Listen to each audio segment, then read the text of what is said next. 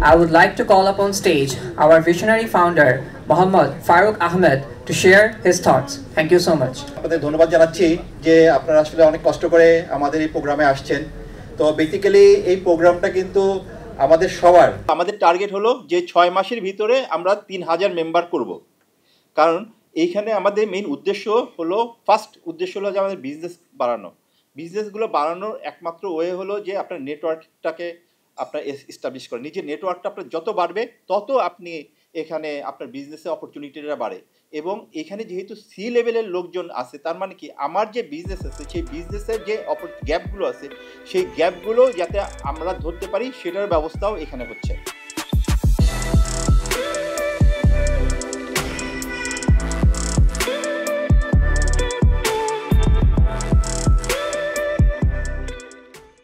Thank you, welcome once again, and let's begin this journey with purpose and pride.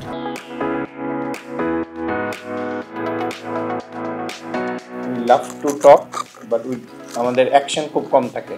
তো এটার যারা উদ্যোক্তা আছে তাদেরকে আমি আমার অন্তরের অন্তঃস্থল থেকে আশা করব তারা সাকসেসফুল হয়।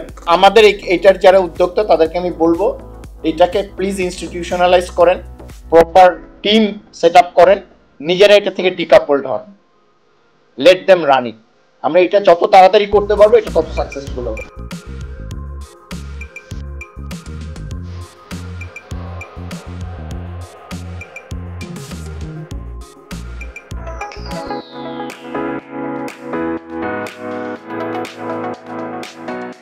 এই কোয়ালিটিটা ধরে রাখলে এবং আমরা যদি একসাথে নেটওয়ার্কিং করে একসাথে কাজ করি, একজন আরেকজনকে হেল্প করি, তাহলে আমরা অনেক অনেক বড় হতে পারবো। আমি বলবো যে এটাকে যদি একটা ফাউন্ডেশনের মতো রূপ দেওয়া যায়, এটাকে যেহেতু নন প্রফিট হবে, যদি নন প্রফিট হয় তাহলে নন প্রফিটের মতো এনজিওর মতো করে চালানো যায় কিনা, একটা বোর্ড বানায় সেই বোর্ডের মতো করে চালানো যায় কিনা, যেখানে একটা এক্সিকিউটিভ বডি থাকবে, ওরা সব সিদ্ধান্ত নেবে। Make the Africa our next colony. I'm sorry to say, but it is the truth like that. So that we can make money, bring it to here and contribute to the Bangladesh economy. Thank you very much. এই নেটওয়ার্কিংটাকে যদি আমরা আসলে continue করতে পারি, which and everyone will be benefited.